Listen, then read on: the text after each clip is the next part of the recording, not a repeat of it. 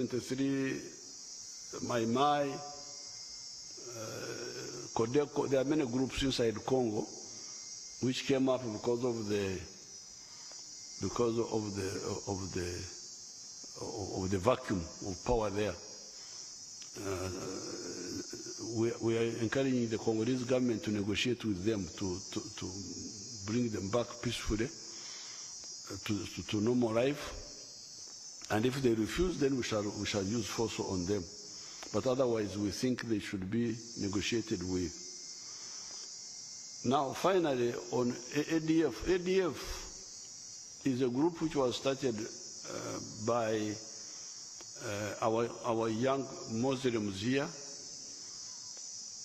who had been trained in Arab countries, but who did not have skills and didn't want to work. This was 90 something, like 90s. When they attacked Mpondwe, first time it was, I think, 96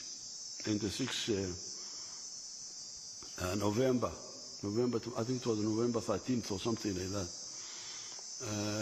Then they were supported by Sudan, but Bashir and Mobutu. And they used the vacuum in Eastern Congo. They were there having gardens, they were controlling that area of Eastern Congo until we went there. Now that we have gone, there is no way they will survive. These attacks on the police station, well, these are very shallow, and if they are also involved in the attacking the power lines, once we mobilize, we shall. You remember at one time they were attacking factories. Do you remember that? Attacking factories. You remember that time when they had started attacking factories, but it stopped. So the big problem was Congo.